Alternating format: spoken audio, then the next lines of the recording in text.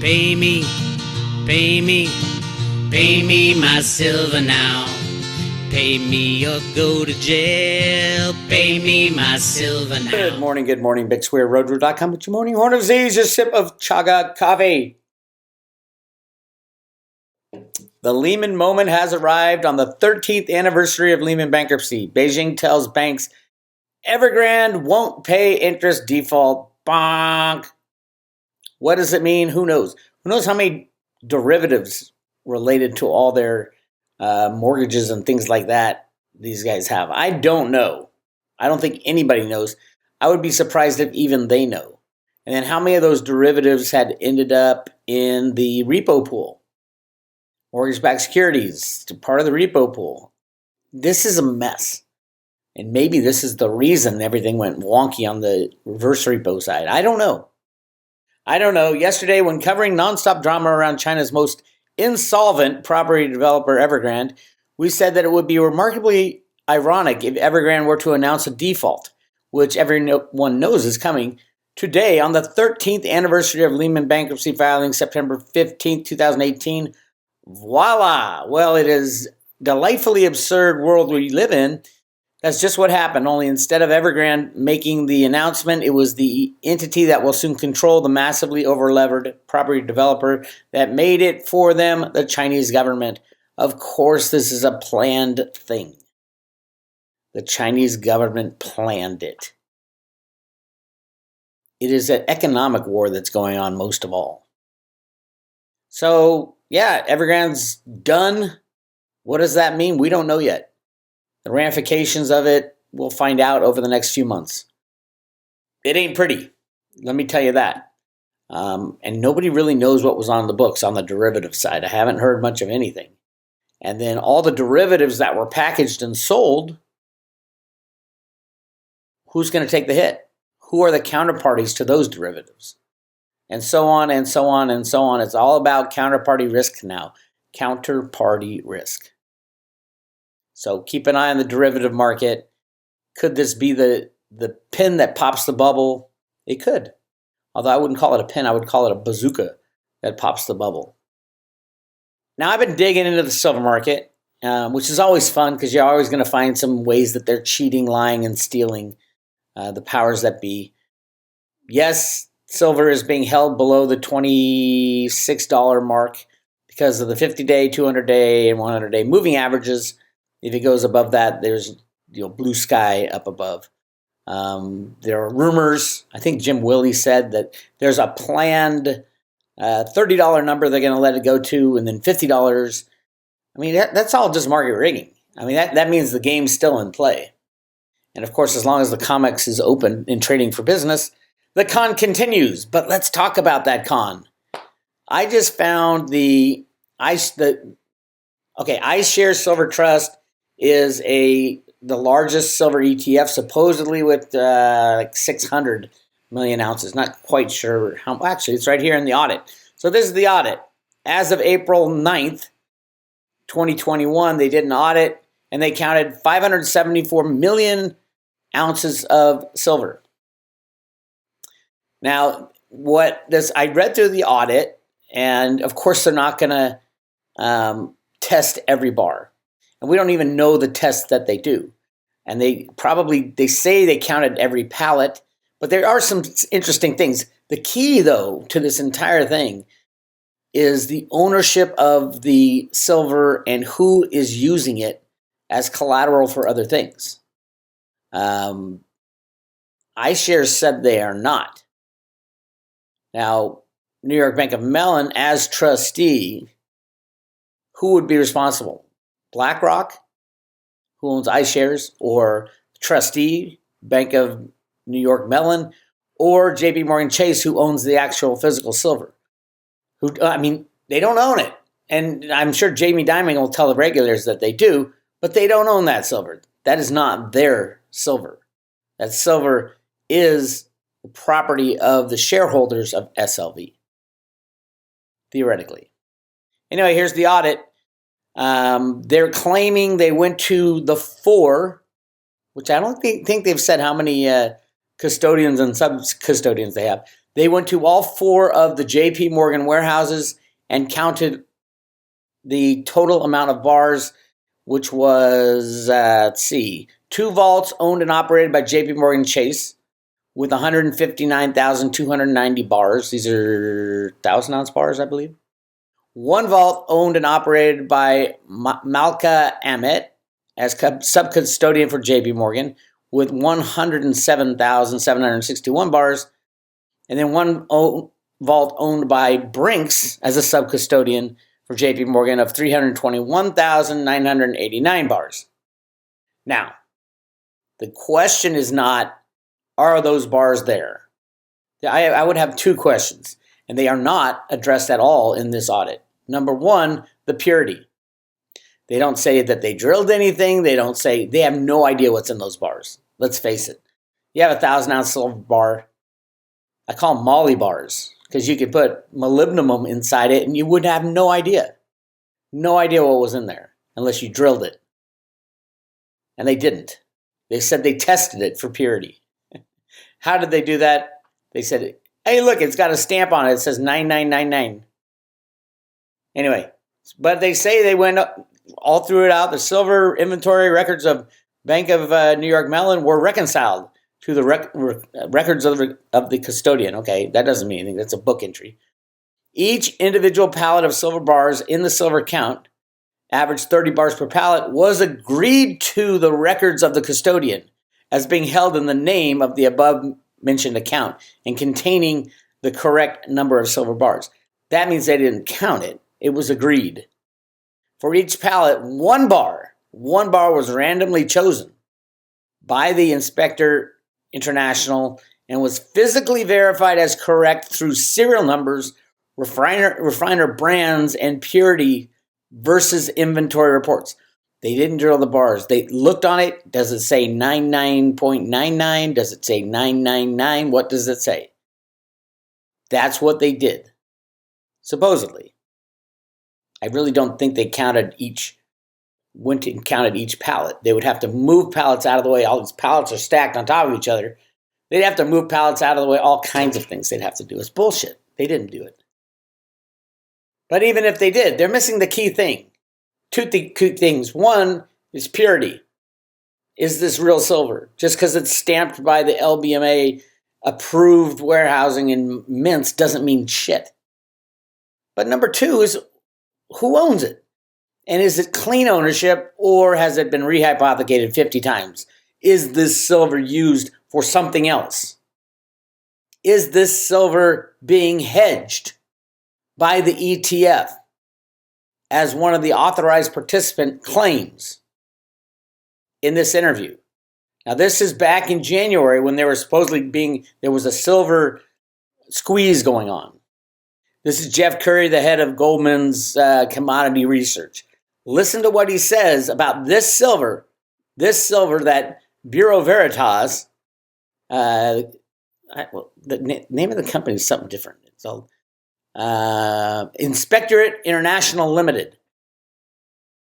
Here's their final result. All 589,037 bars were found to be in the vaults, consistent with stated records of the trust. Total of 304 bars had administrative anomalies related to incorrect refiner identifications of bar serial numbers as compared to the list. The custodian has amended their records accordingly. Interesting.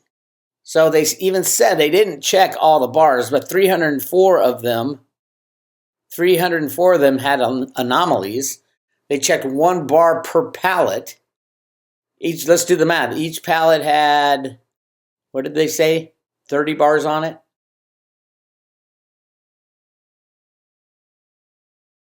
I'm not going to do the math. Anyway, that's kind of a large number of problems. If you're just testing 1 bar per pallet and 304 of the bars had problems with them. But that's not the big deal. The big deal is this. Listen to what an authorized participant said happens to this silver, and this is not addressed in the audit. Part of an audit is to check on all encumbrances of the metal. You don't know if it's their metal. You don't know who's hedged that metal and why. Did they have the legal authority to hedge the metal? Because SLV says nobody hedges the metal. Listen to Jeff Curry. in terms of thinking about how are you going to create a squeeze, the shorts are the ETFs. The ETFs buy the physical, they turn around and they sell on the COMEX to be able to hedge that physical position like any other corporate. It's right. Not a...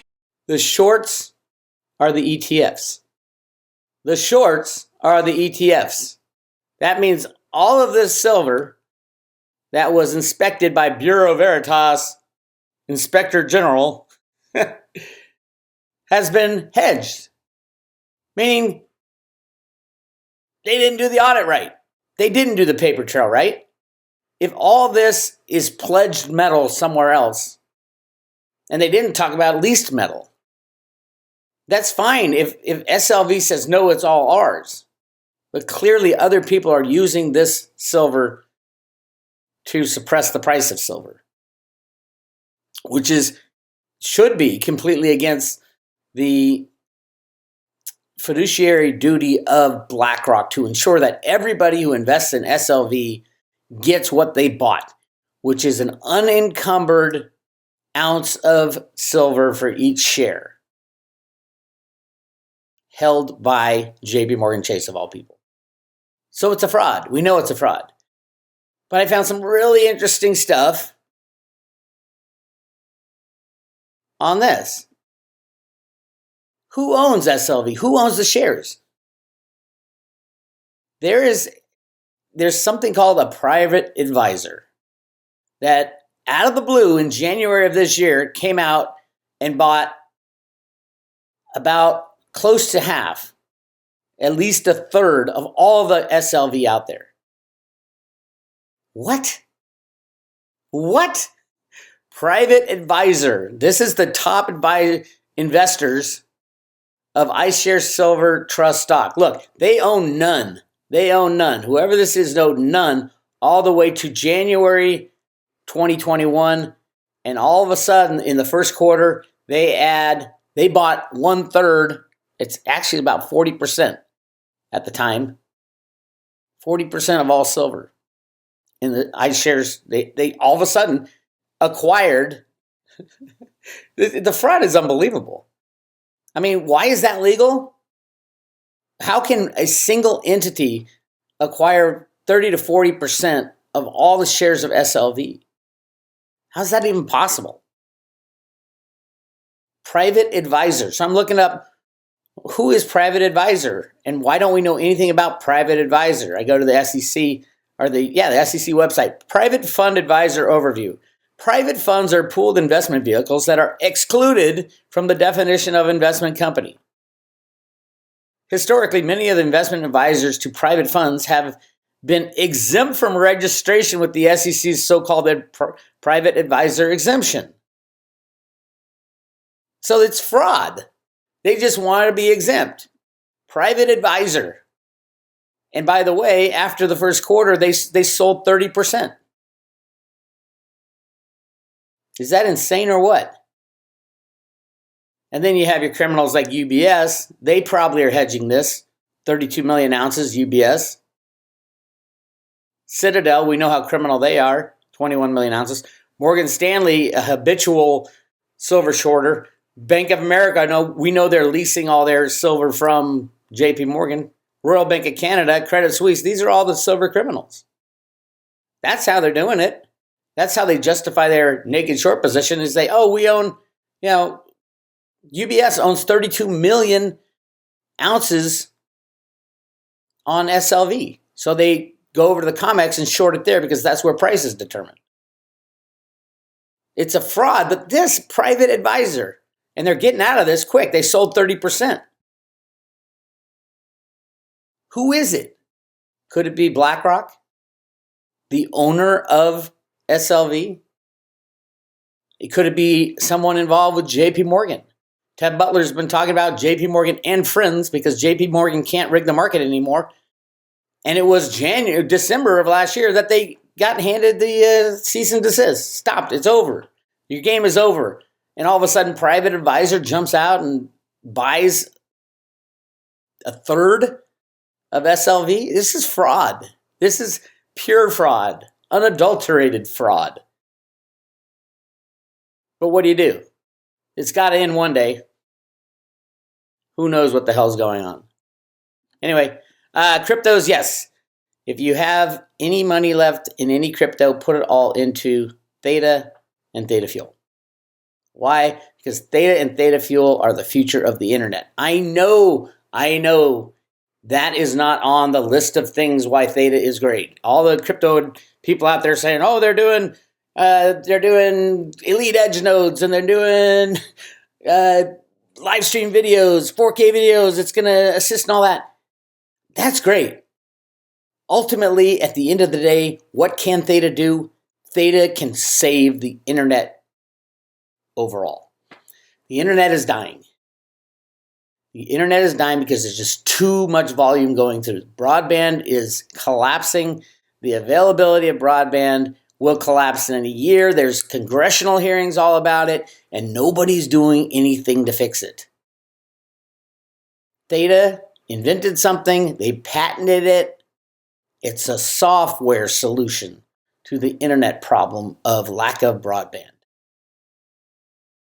Shocking, but they never talk about that. Why doesn't the Theta team ever talk about the problem with broadband?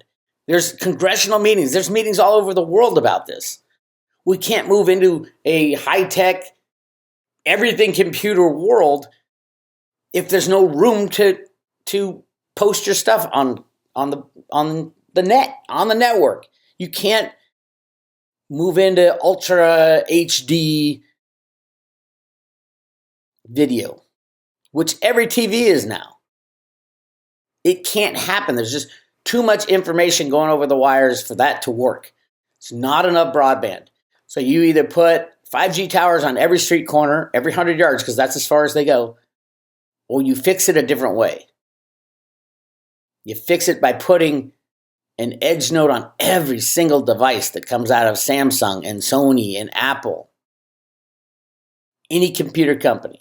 Make it a requirement that they all have to put an elite edge node on every device so that every device is earning Theta Fuel and sharing their broadband.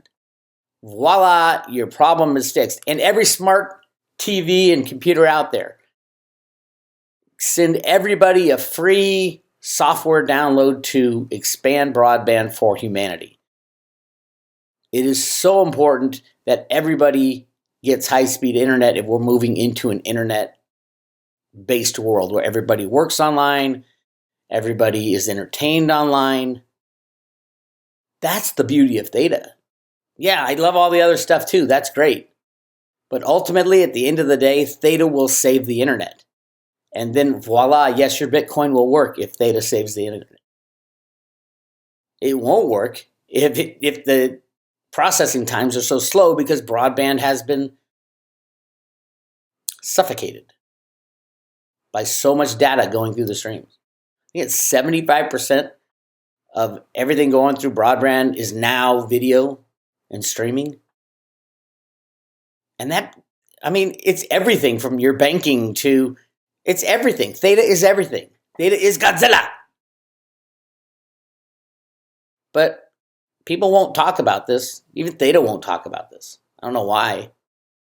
It's such a big thing to say that there is no other solution to the broadband expansion program and necessity. There is no other solution other than a hardware solution where you put Wi-Fi on every street corner. And that's not going to happen. There's not enough time and there's not enough money, and that isn't the plan. What is the plan? A software download on every computer, on every smart TV. It's that simple. So yes, I do think everybody and their mother will be knowledgeable about Theta and be running an edge node to share their broadband. The last mile problem is what they call it. But hey, that's just me. We will see. I did read through the Theta Ecosystem 2022 white paper. It didn't say anything about broadband expansion, the number one thing, but that's fine. They don't even need it. They got so many things they're working on, and they've already invented. They've already invented broadband expansion in a software download that you can put on your smart TV, on your computer, and earn Theta fuel by running an elite edge node or an edge node or either one. I think there's two now. It's that simple to fix a problem that Congress keeps meeting about. And they say, we're going to need $50 trillion to expand the internet. You don't. There's a software solution. Anyway, and this looks like California is going to end up with Newsom again, at least according to the polls. It was all rigged anyway, so it didn't matter. Of course it was rigged. Everything about the elections are rigged from the deep state, and this guy's a deep stater. So it would have been great if someone new took over, but looks like they still have control of the voting mechanisms. So, hey, we keep fighting the fight. I did want to point out, road2roota.com, go to the private road. We got all kinds of great stuff on there. I will be talking to Ms. Jenny Moonstone tomorrow, and Josh and I are going to do have another discussion. This time it's about the new financial system, the new monetary system. And no, it's not Nestra, and no, it's not Gestra, and no, it's not the quantum financial system. I do have insight through the Federal Reserve Bank of Boston. I know their plan. I've been studying their plan for over 10 years. And it's got nothing to do with Nestra and nothing to do with Gestra, nothing to do with the quantum financial system or the prosperity funds or anything like that. It's completely different.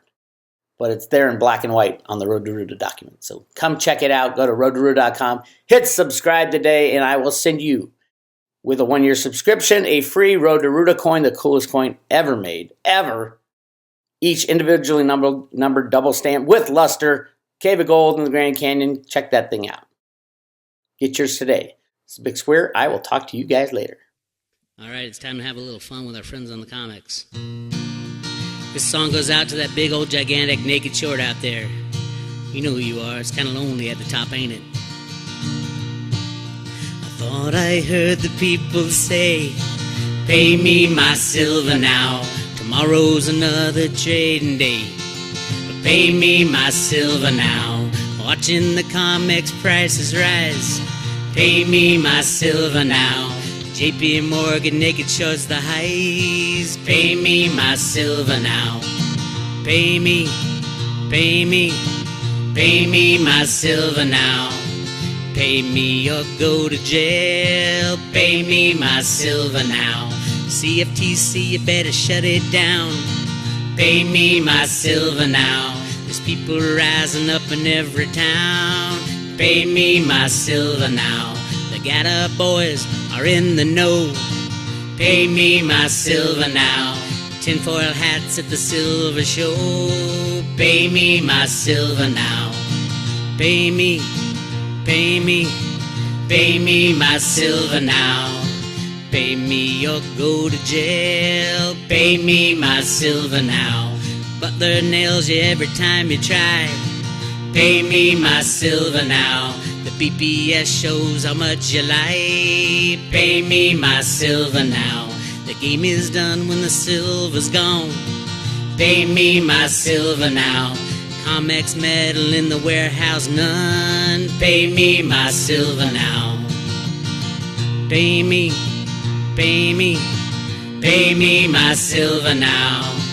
Pay me or go to jail. Pay me my silver now. The banking boys melt that witch. Pay me my silver now. Deliver those bars and melt that bitch. Pay me my silver now. Pay me, pay me, pay me my silver now. Pay me or go to jail. Pay me my silver now. 'Cause now is the time to free our land. Pay me my silver now. Silver in my pocket, paper in the can. Pay me my silver now. Pay me, pay me, pay me my silver now. Pay me or go to jail. Pay me my silver now.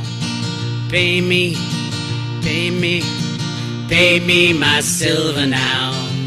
Pay me or go to jail. Pay me my silver now.